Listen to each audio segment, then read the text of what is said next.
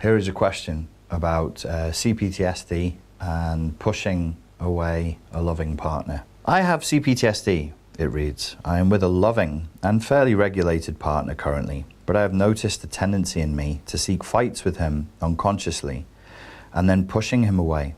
And then I feel extreme guilt over it. How to end this sabotaging cycle? I really love him and I want this to work.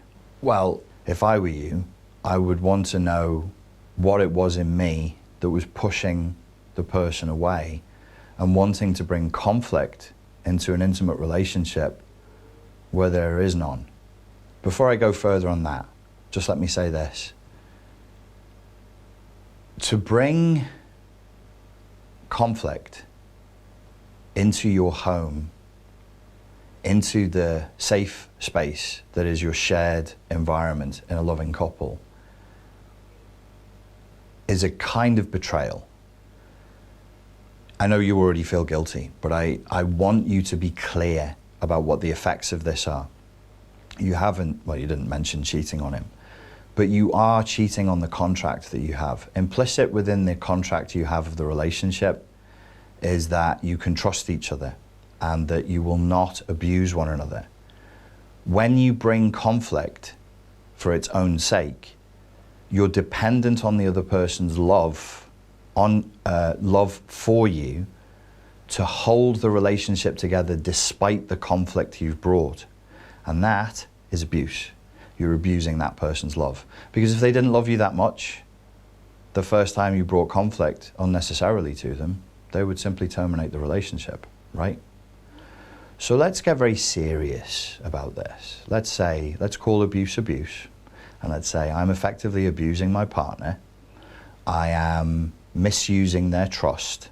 I am misusing their love for me. I'm exploiting the patience they have because they love me, and therefore I'm exploiting their love for me. If it were me,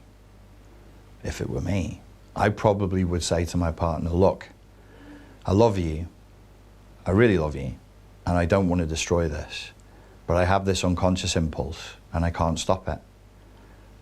I would move out. I would move out if I could, and I would seek therapy. And I would do that to save the relationship, to preserve the relationship. Because you're a woman, you're with a man. I'm a man. If I was with a woman, I know that no matter what she says about how much she loves me and how much she's there for me, every time I exploit and abuse her love, I'm making a withdrawal in a bank account of trust that can't really be replaced. These things are not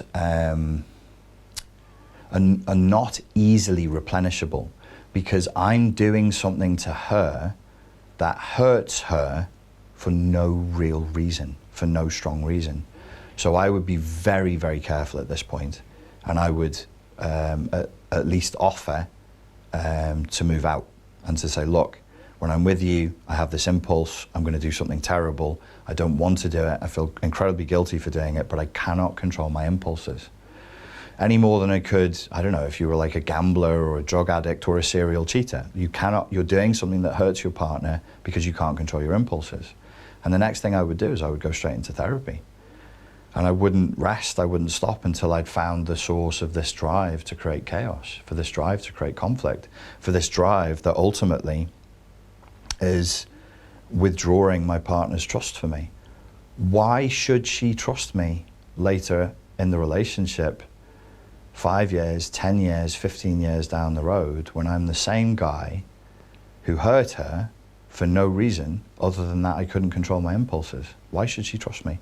Why should she continue to love me in the same way and to the same degree as she did before I hurt her?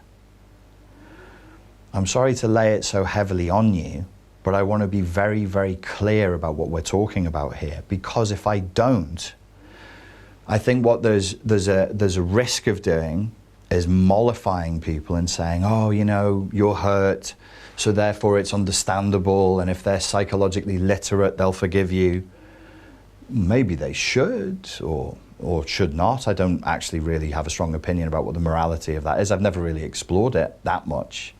I just know what is. I just know what does happen. So it would be wrong for me to say to you, oh, don't worry about that too much. Don't feel too guilty. It's not that big of a deal. No, it's a very big deal. It's a very big deal. Me personally, I would move out, I would seek therapy, and I wouldn't rest until I found the source of that impulse, because it's abusive. Like, why do I want my partner to suffer? Am I a sadist? Do I get a thrill out of the drama? If I do get a thrill out of the drama of creating conflict in an otherwise happy home, what does that make me? What kind of a person am I? We have to say, when this kind of thing is happening, we have to call it for what it is. As I said in another video, not everybody's qualified for a loving relationship. Not everybody can do it.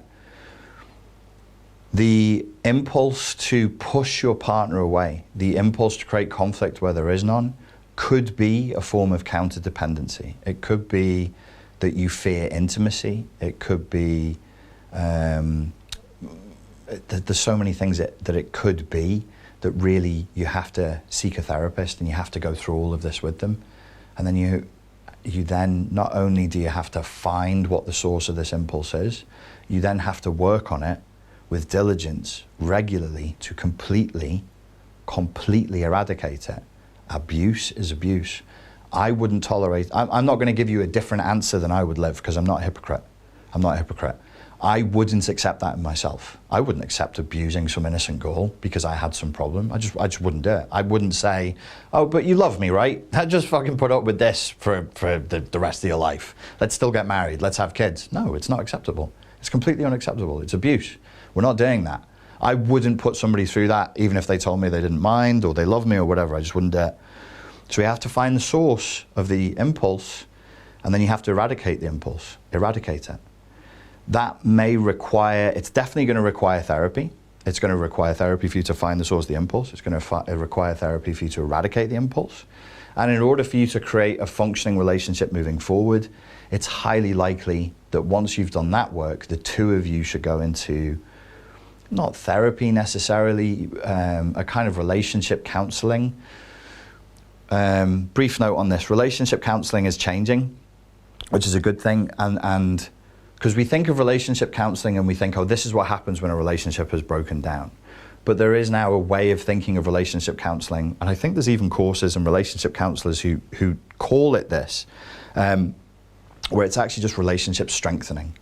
So we all really should do this. Relationships are tough. You're negotiating the shadow and the unconscious of two adult human beings. That's pretty tough. You should go into it, but we need to remove the stigma of the fact, oh, we're in relationship counseling. Oh, damn, what does that mean? Like, your sex life sucks, or one of you cheated, or like, that's usually like the last place you go to before you eventually get a divorce or the relationship breaks down altogether, right? To move the idea of it towards relationship strengthening. We're doing this so that we can have the best relationship we could have. We're doing this so that we don't run aground. If it is a kind of counterdependency, then you would need to resolve childhood, usually childhood-based issues around intimacy. You'd need to look, I mean, if you were doing coaching with me, I'd be like, have you ever done this before? Are there other examples where you can see that you've done this in your life? Do you always respond to an increase in intimacy with an impulsive desire to push that intimacy away by starting arguments with people? Have you ever started arguments with other people outside of an intimate relationship for no reason whatsoever? This is the kind of thing that you would really need to explore with a qualified therapist. And this is just a YouTube video. That being said, I hope that was at least somewhat useful and gives you some guidance to move in the right direction. Ladies and gentlemen, thank you very much for your time and your attention, and I look forward to speaking to you in the next video. Thank you. Okay, folks, the new course, Unplug from the Matrix of Narcissistic Abuse, is out now, and if you're interested in finding out more about that, please click the link below.